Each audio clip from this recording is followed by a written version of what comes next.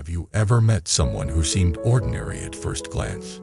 Yet the longer you stayed beside them, the calmer and lighter your own heart felt, as if the air around them was somehow softer and brighter. Have you ever wondered why do people can chant the same sutra, but one only moves the lips while the other gradually changes their whole destiny and way of seeing the world? Hey everyone, welcome back to the channel. I am your old friend, and today we are going to dive deep into a classic that is often called the crown of the Buddha's teachings in the Mahayana tradition, the Lotus Sutra. The original article that inspired this video talks about something very beautiful and a little mysterious when someone sincerely recites and practices the Lotus Sutra. It is said that they adorn themselves with the adornments of the Buddha, as if the entire body and mind start to glow from the inside out, even if the eyes cannot literally see light. In other words, the sutra suggests that the Lotus Sutra is like the complete body of the Buddha's wisdom and compassion, and that when we recite it, we are putting on the Buddha's qualities as our own clothing. This sounds poetic, maybe even exaggerated, but behind this image lies a very profound teaching about awakening, wisdom, karma, practice, and destiny. In this long talk, I want to walk with you step by step, in a relaxed, storytelling way, through three main threads. First, what does adornment really mean in the spiritual path? And why is reciting the Lotus Sutra described as borrowing the adornment of the Buddha to polish ourselves? Second, why does the sutra repeatedly remind us to respect and honor those who recite and uphold it, saying that they are carried on the Buddha's shoulders, and that the place where they stand is like a sacred ground? Third, in this age of anxiety, distraction, and overload, what does it actually change in our daily life when we engage deeply with a text like the Lotus Sutra? And how can the teachings of mindfulness only end this very thought as Buddha reshape our relationships, our sense of purpose, and our destiny? So find a comfortable position, maybe take a slow breath, and treat what follows as a long, intimate conversation between your present self and the part of you that is quietly longing to wake up. When most people hear the word adornment, they think of appearance, elegant temples, golden statues, bright lamps, beautiful offering. But in the spiritual sense, adornment is not about polishing surfaces. It is about transforming the heart. The true adornment of a Buddha is not jewelry, crowns, or halos, but limitless compassion, unshakable wisdom, crystal clear awareness, and boundless vows to help all beings. That is why, when you sit next to someone who is genuinely kind, honest, and clear, you may feel safe, as if you are being gently held by an unseen hand. They may not wear expensive clothing, their home may be simple, but there is something about their presence that relaxes your nervous system. Their mind is not constantly calculating, not always trying to win, not busy performing. That inner clarity is a kind of fragrance. That fragrance is what the ancient texts call the adornment of virtue. So what does it mean to say that the person who recites the Lotus Sutra adorns themselves with the adornments of the Buddha? Think of the sutra as a compressed universe of the Buddha's experience. A Buddha is not a superhuman who appeared out of nowhere. A Buddha is a being who has walked through countless lives of confusion, desire, anger, loss, and fear, and has gradually, through practice and insight, opened their heart and mind to the deepest truth of reality. The Lotus Sutra is like the distilled diary of that journey, written not in everyday prose, but in symbolic stories, parables, and profound statements. When you read this sutra not as a scholar, but as a seeker, you are basically sitting in front of that awakened being, listening to them unpack how they came to see that all beings have Buddha nature, that every life is woven by karma, that no one is abandoned, and that even the most stubborn and lost can turn around. The words then do not only exist as ink on a page, they become vibrations entering your heart. If you only recite with your mouth while your mind is wandering around in gossip, fear, or daydreams, then you are like someone who plays beautiful music on a speaker but never listens. The sound comes out, but the heart stays closed. However, if you take the same words and allow them to be a mirror, you begin to see your own mind inside them. Suddenly, lines about compassion reveal your own hidden harshness. Passages about faith show you how little you actually trust your own deeper nature. Stories about bodhisattvas giving up comfort for the sake of others force you to measure your own willingness to step forward when someone else is suffering.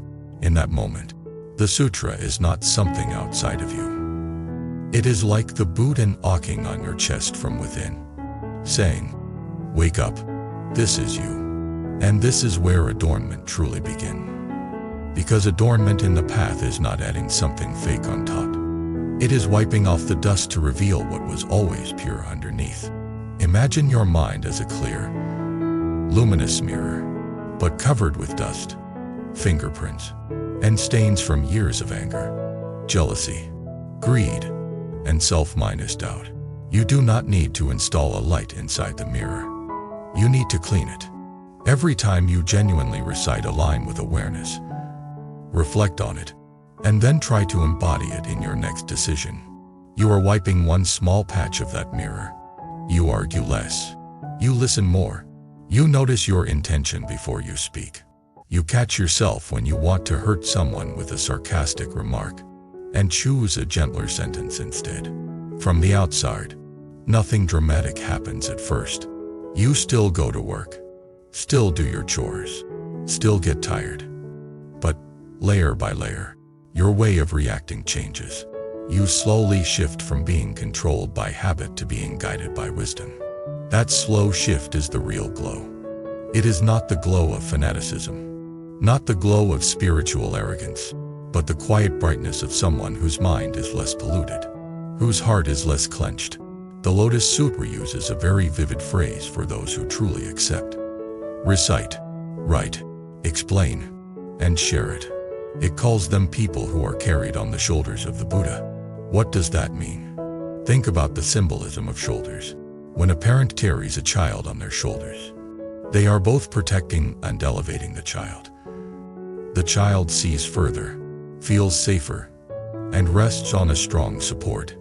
To say that a person who upholds the Lotus Sutra is carried on the Buddha's shoulders is to say that they have aligned themselves with the Buddha's mission.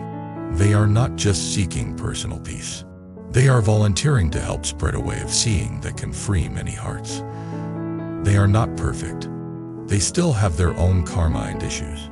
But their life is now plugged into a much larger current. When they speak about the Dharma, when they comfort someone in pain, when they encourage others to trust their own Buddha nature, it is as if the Buddha is speaking through their human mouth.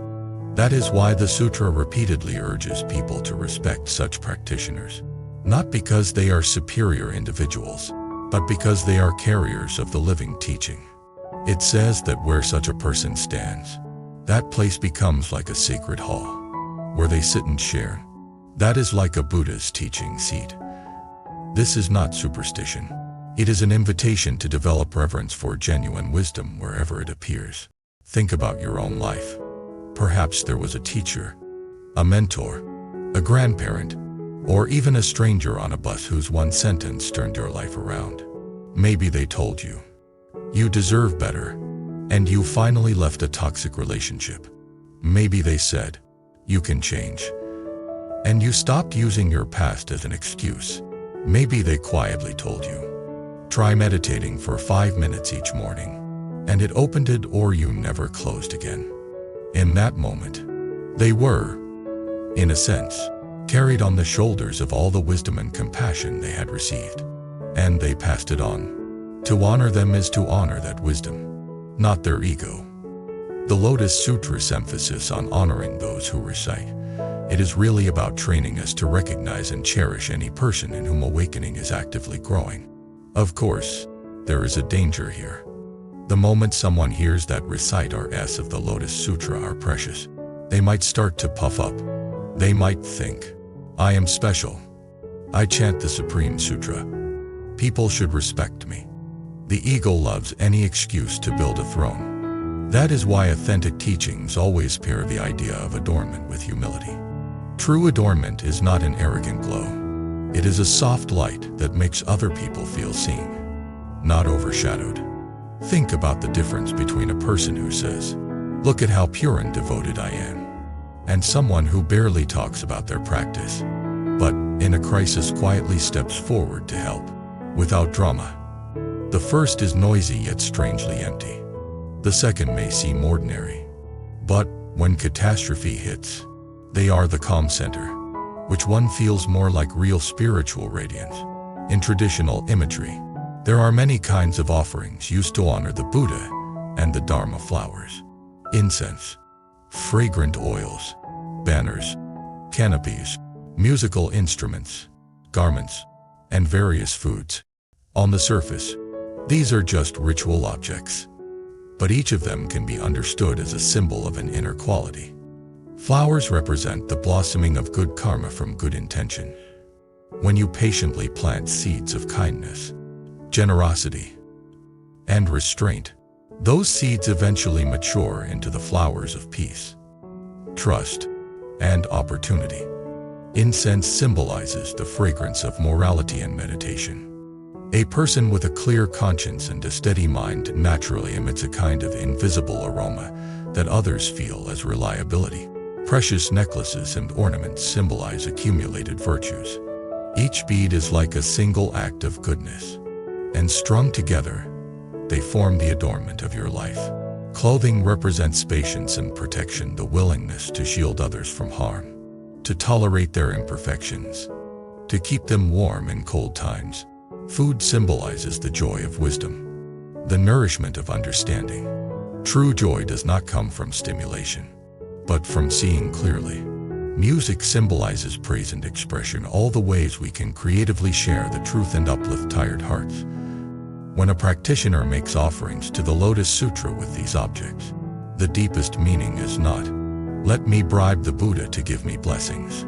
The deepest meaning is, "Let me cultivate these qualities inside myself and use them to benefit others." To recite the sutra while simultaneously trying to embody these inner offerings is to adorn oneself and the world with the Buddha's qualities. Now, let us bring all this down into the reality of modern life. You might be thinking, "This all sounds noble, but I have bills to pay, children to take care of, deadlines, arguments, and a mind that runs like a broken radio. How can a text written thousands of years ago help me right now?" To answer that, we need to touch the heart of one of the Lotus Sutra's core insights, that everything we experience is ultimately shaped by mind, and that this mind at its deepest level is not fixed, dirty, or doomed. Instead, it is like a clear sky temporarily covered by clouds. The teachings of mind minus only and this very thought is Buddha are not fancy slogans. They are practical keys. Mind minus only means that although the world appears solid and outside of us, our experience of it is always filtered through our mental habits. Two people can live in the same city, under the same economic pressure, yet one feels endlessly oppressed while the other feels challenged but alive. The difference is not the external data. It is the interpretation, the story that the mind is constantly telling. This very thought is Buddha means that in each moment, the quality of your thought is determining whether you are walking toward awakening or away from it. The Buddha does not appear as a thunderbolt from the sky. The Buddha appears whenever a thought of genuine compassion or clarity arises in your heart and you act on it. Every time you choose patience over rage, kindness over indifference, truth over convenience, you are allowing the Buddha nature to manifest, even if only for a second. Now imagine pairing this with regular recitation of the Lotus Sutra. Suppose you dedicate 20 or 30 minutes every day to chanting a section, not as a mechanical ritual, but as a daily reset. Before you start, you might set an intention. May this recitation help me see my own mind more clearly. May it soften my anger. May it give me the courage to do the right thing today. As you chant, certain phrases will stand out. Sometimes you will stumble upon a line about embracing all beings, and it will immediately remind you of someone at work you cannot stand. Sometimes you will chant about the long patience of bodhisattvas and suddenly see your impatience with your parents. Sometimes a passage about faith in one's own Buddha nature will collide with your habit of self-loathing. In those moments, your recitation stops being abstract and becomes a mirror and a medicine. The sutra is no longer over there. It is right inside the patterns of your daily life. You begin to see that the people who annoy you are also the arenas where your compassion can grow. You realize that your job, however mundane, is the field in which your patience and integrity are tested. You see that every argument is a chance to practice listening more deeply, and that every setback is an opportunity to cut through the story of poor me and tap into a more spacious awareness. Over time, if you keep going, you might notice some subtle transformations. Perhaps you still get angry, but the anger passes more quickly. Perhaps you still feel hurt when criticized, but you recover faster and are less likely to retaliate. Perhaps you still feel sadness, but you do not drown in it as often. These are not small changes. This is your destiny bending. The law of karma says that our current experiences are the ripening of past causes. But it also says that in every fresh moment, we are planting new causes. Reciting the Lotus Sutra with sincerity is like repeatedly planting seeds of clarity, courage, and selfless intention. These seeds cannot erase all the old seeds at once, but they can gradually grow into a new forest inside you, changing the climate of your life. Let us bring in a concrete story to illustrate this. Imagine a woman named Anna. She is in her early 40s, living in a noisy city, juggling a demanding job and a complicated family life. She discovered the Lotus Sutra not because she was especially spiritual, but because she hit a breaking point. One year, everything seemed to collapse at once. Her marriage was shaking. Her company was downsizing. Her child was acting out at school, and her parents' health was failing. She felt like a candle burning from both ends. One evening, after a particularly bitter argument with her partner, she stepped outside into the night to calm down. In the small park near her building, she noticed an elderly woman sitting on a bench, quietly moving her lips. There was nothing outwardly special about her, yet when Anna walked past, she felt a surprising sense of peace, like taking a cool drink after walking through heat. A few days later, she saw the same woman again, this time in the corner of a nearby temple, reciting from a worn book. Somehow, that simple, steady image lingered in Anna's mind. On impulse, she walked into the temple one weekend and asked a volunteer about the text. The volunteer smiled and handed her a copy of the Lotus Sutra, explaining a bit about its meaning. At first, the language felt dense and strange, but Anna decided to read a few pages each night, more as a desperate experiment than a pious act. Slowly, some of the parables began to move her. The story of a father tricking his children out of a burning house by offering them different kinds of cards, symbolizing the Buddha using skillful means to lead beings out of danger. The image of countless bodhisattvas emerging from the earth, representing the hidden potential for enlightenment in ordinary people. Occasionally she would cry without knowing why. It was as if the text was speaking to a part of her that had been ignored for a long time. A part that knew life had to be more than endless stress and survival. After a few months, she started chanting aloud in the mornings, just a short section before work. At first this felt awkward. Her partner rolled his eyes. Her child laughed. But she kept going, treating it as her private appointment with her deeper self. She did not expect miracles. She simply used that time to reconnect with an intention. May I cause less harm today? May I remember that every person I meet is carrying invisible burden. May I remember that every thought matters. Gradually, subtle changes appeared. In meetings, instead of automatically interpreting colleagues' comments as attacks, she began to listen more carefully.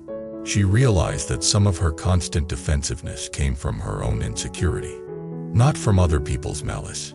Inspired by the sutra's emphasis on universal Buddha nature, she practiced silently thinking. You too want to be happy and free from suffering. When facing difficult people, this did not magically fix all conflicts, but it softened her reactions. Her partner noticed that arguments were shorter, less explosive. Her child sensed that she was more emotionally available, not always half-minus absent in worry. Even her aging parents felt that her voice on the phone carried more patience. One night, she bumped into the elderly woman again. This time, instead of just walking by, she sat down and asked, "You recite the Lotus Sutra every day, right? What has it given you?" The woman smiled and said, "It has not changed the world outside me. It has changed the one inside. The same people, the same streets, the same pains, but the one who meets them now is not exactly the same as before. That is enough." That simple answer struck Anna like a bell. She realized that she had been waiting for outer conditions to magically transform, expecting some grand twist of destiny that would finally make her life perfect. But what the sutra was offering was a different kind of miracle, the steady, humble miracle of a heart that becomes less reactive and more awake, even if the circumstances do not bow to our wishes. In that sense, the glow of the Lotus Sutra is not fantasy. It is the visible trace of thousands of small inner choices.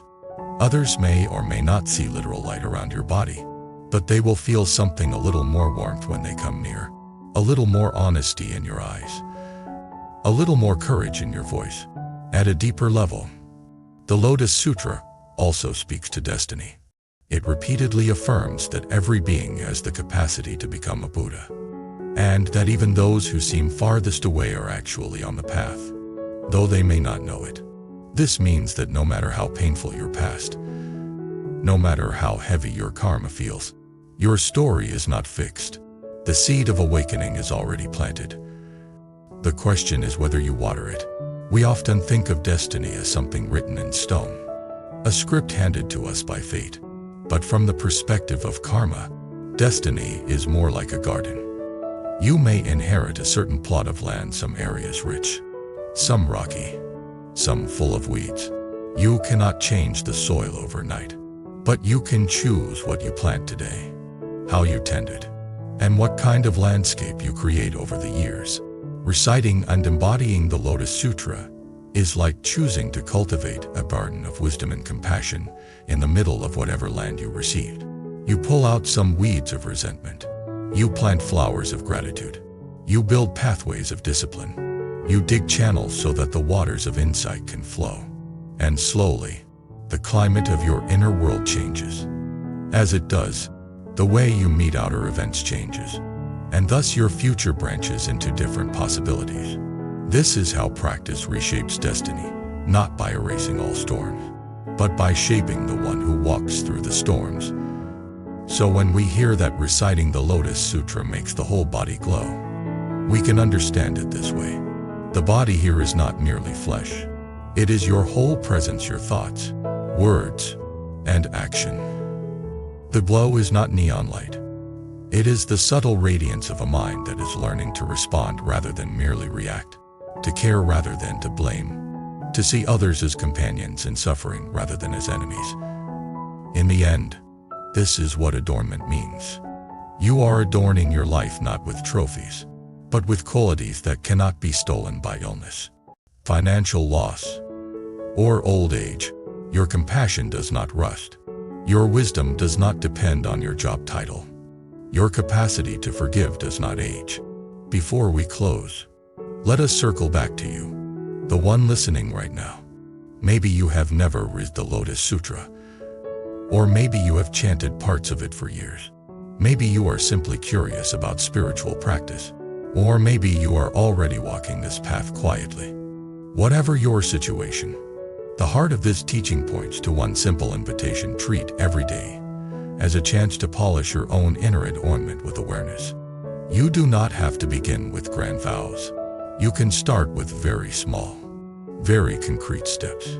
For example, you might decide that for the next week, you will begin each morning with 3 slow breaths and 1 sentence of intention. May I cause less harm and bring a little more kindness today. You might choose one short phrase from any wise teaching that touches you and repeat it during the day, letting it guide your reaction. You might dedicate a few minutes each evening to review how you spoke and acted, not to beat yourself up, but to learn. If you resonate with chanting or reading the Lotus Sutra, you can gently weave it into your routine. Read it as if the Buddha is talking directly to your life, not lecturing from a museum. When you encounter a line that pierces you, pause and let it sink in. Ask yourself, how would I live if I really trusted this? Little by little, you will notice that the world inside you is not as dark and fixed as you once believed. The same problems may still be there, but you will meet them with an increasingly stable center and a growing tenderness for yourself and others. That is the glow. Now, as we reach the end of this long sharing, I want to invite you to reflect on a few things. Is there someone in your life whose quiet presence has often soothed you, even if they never preached? Can you see now that this soothing quality might be their inner adornment shining through? Are there small ways you yourself might begin to cultivate such adornment, not to be admired, but to be of service to the people around you? If you would like, feel free to share in the comments your experiences with chanting, meditation, or any practice that has made you feel a bit more awake, a bit more compassionate, or a bit more free from old patterns. Your story may become the lantern that someone else needed today. If this long-form talk accompanied you in a meaningful way, you can support the channel by subscribing, liking the video, leaving a thoughtful comment, or even joining as a member if that feels right for you. These gestures help this kind of content reach more people who might be silent as struggling, looking for a doorway to wisdom and peace. Most importantly, whether you ever pick up the Lotus Sutra or not, remember this: in every moment, the thought you choose is quietly shaping your destiny. And in the deepest sense, the true adornment you are seeking is already inside you, waiting for you to polish it with awareness, compassion, and steady practice. Life gets noisy. Work, stress, expectations. Sometimes we lose touch with the quiet part of ourselves. Bracelet isn't just an accessory. It's a small reminder that you deserve peace. You deserve moments of stillness. You deserve to hold on to your inner balance. If one of these bracelets speaks to your heart, you'll find the purchase link in the description below, and even more auctions available on our channel's shop page. Pick home the one that feels right.